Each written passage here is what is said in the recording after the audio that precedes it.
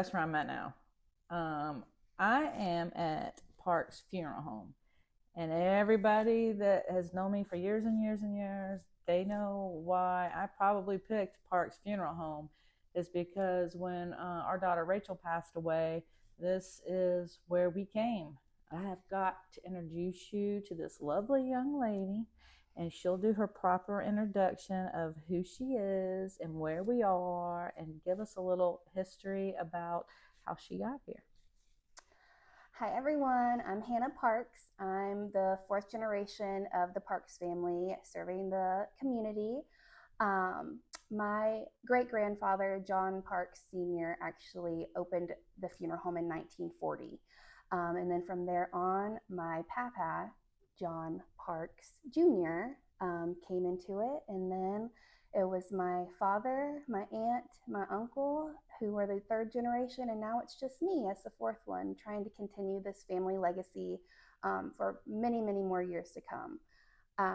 Growing up, I was always taught to treat people how you want to be treated. And going into this business, I want to sit down with families and make them feel like we are family, because that's how I would want to be treated in such a difficult time like this. So that is one thing I strive for in this community when meeting with families is we want this to feel like home. Um, I'm only 27. I've been doing this for almost 7 years now. I am a licensed funeral director and embalmer. I'm also a mom of two. Um, those are the greatest joy of my life. And yeah, it's truly an honor to be here and sitting down with Miss Julie. And I know I told this to her, but I vividly remember being at Rachel's graduation and hearing her name get called, and just that feeling of love and happiness. I texted my dad immediately because he wasn't retired at the time here, and I said, they said her name. And he was like, that is fantastic. And just what Rachel's family means to us and her impact on the community, it truly means a lot that I get to sit down today and kind of talk about everything. Good Lord, she's gonna make me cry. We're only like a minute into this. And I decided when I was going to come in here today, I wasn't going to cry. I was going to put the big girl face on and do the smile and do the introduction and do it professionally, because I feel like Parks Funeral Home, they deserve the professionalism in every way, because they have been like family to me, and they do make you feel that way. I mean, it's been 11 years, and I just like to pop in and they're like, okay, come on in. But I just feel that way about these people and the family here. And so let's go back to Hannah. I do have a question for you, Hannah. Yes, ma'am. When did you decide, like, this is what I'm going to do? So, a little bit, kind of a funny story. I was freshly graduated out of high school. I changed my mind 20 different times. Um, I always knew in the back of my head this is what I wanted to do. But I also grew up hearing from my parents, because both of them worked in this industry, it is a hard job.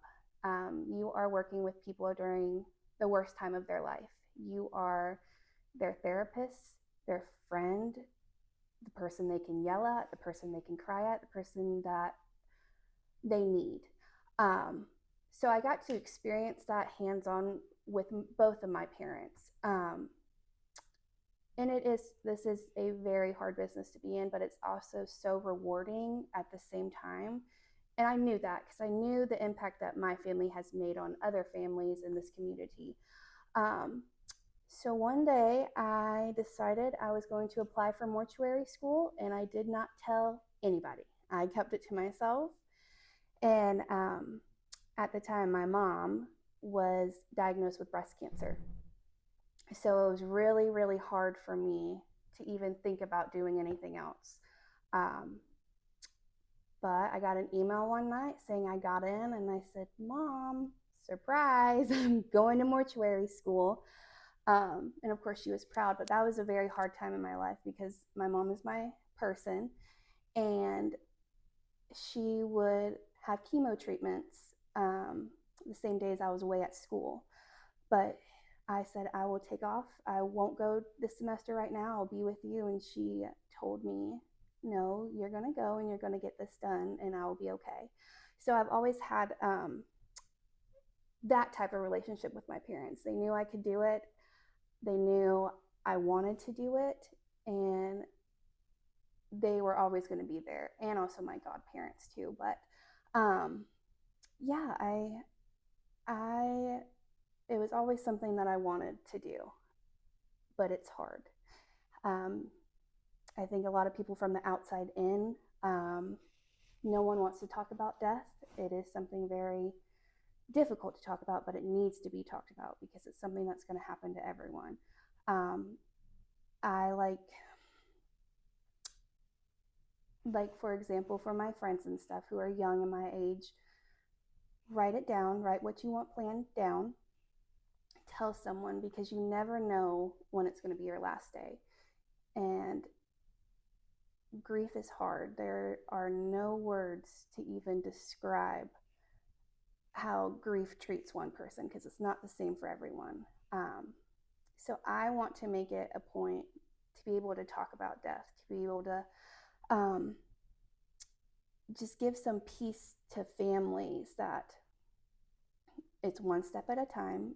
And if you need someone, that we're here for you, that we can be your family, that we can take on the hard stuff. If you need to call me at 11 o'clock at night and cry or yell, I'll be your person, because I would want someone to do the same for me. And I watched both of my parents go through that and hear stories, and it just really touched my heart. Death is a hard thing to talk about, and no one really wants to talk about it. So we kind of like to do it at their own pace. We can set up an appointment for the family to come in and kind of view the facility. We can go over some pricing, things like that. Even if money is not involved, even if we just have something in writing, like, hey, I think I might want this or this, just so like other family members, if something does happen, they can kind of go off what you want if something were to happen to you. So we kind of just like to get that. And if someone wanted to pay, go ahead and prepay. That's perfectly fine too. But I always just like to say, just get it down in writing. Just a couple of things that you might want, whether it's music at your service, what verses you want read, anything like that. I'm a very big advocate to write it down, let someone know, and then kind of go from there. Now, do y'all have, and I can't remember with Rachel because I was just in a different headspace then, but do y'all have like, say like somebody comes in and they don't have a preacher or they want someone to speak, and do y'all have like recommendations for things like that? Yes, ma'am, we do. We coordinate with a lot of local churches just to kind of see which would be the best fit for the family. Usually the minister or priest would contact the family before the service and go from there to see if it would be a good fit or if we need to find someone else. So we do coordinate if there's not a church involved or anything like that. But you take care of it all, right? From the beginning to the end, yes, correct? ma'am. And everything after. Yeah, so you guys make it really easy from the start to the finish. Even after everything's said and done, we love for families to come back by and visit, whether you're just stopping in to say hello. Even we give out our phone number. If you send us a text or call us, we thoroughly enjoy that because, like I said, we want everyone to feel like family. But the last thing I want to say is live your life. Every day is not promised. You tell everyone you love them, and you don't take life for granted. Like we kind of said in the beginning, Rachel made a huge impact on this community. I vividly remember watching her story and hearing about it, not even through like family, but through the whole community. Her story and her strength and everything she went through was truly unimaginable, and how strong she was and how her story is continuing to go on through her mom, that truly speaks words. So it's been an honor to be able to sit down and talk to you and get to know everyone. this girl, she's a light. I've never personally met Hannah until today, and it feels like I've known her a long time, you know. 'Cause, you know, it's been 11 years, so I knew like all of her family before now, but I've never met Hannah now. She truly is a light.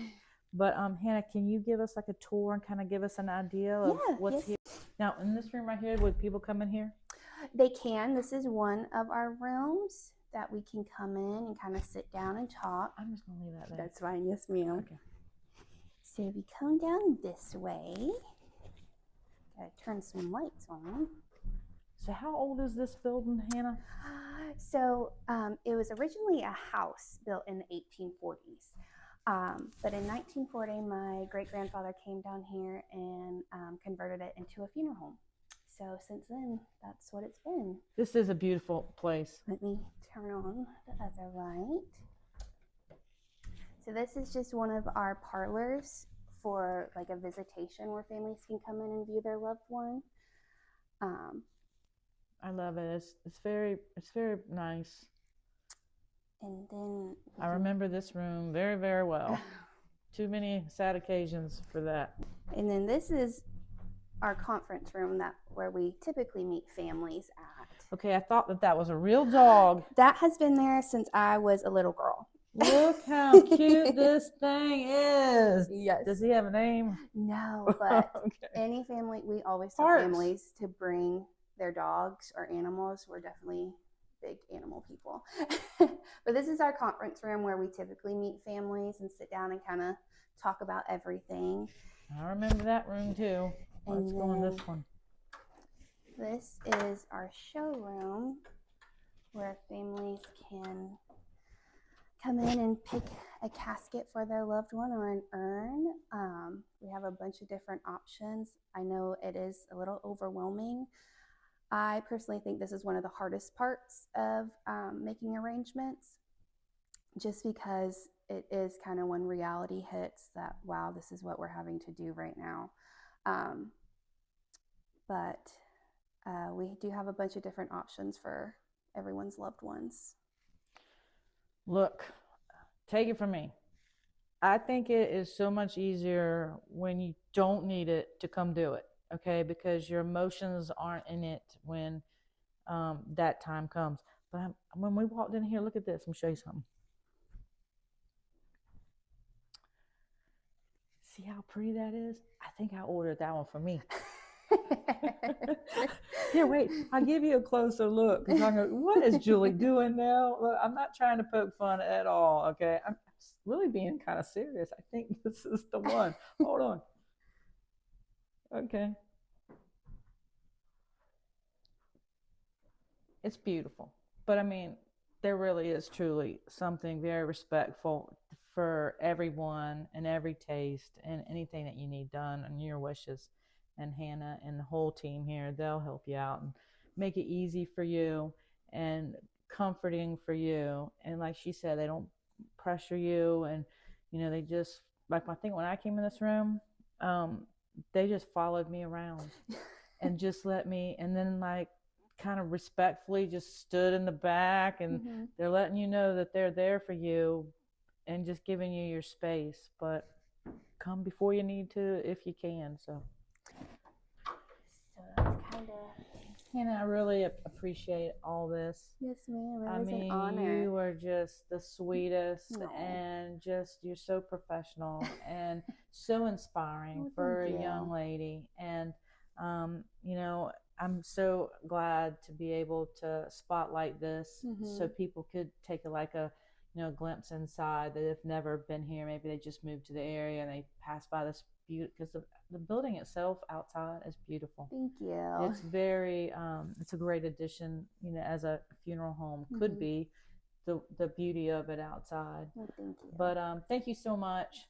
Thank you for giving me the honor of talking to you and also getting to know about Rachel more and continuing to share her story, because it truly changed a lot of people's lives, for sure. Well, you know I'm going to come back. And usually when I've popped up previously, I bring treats, Hannah.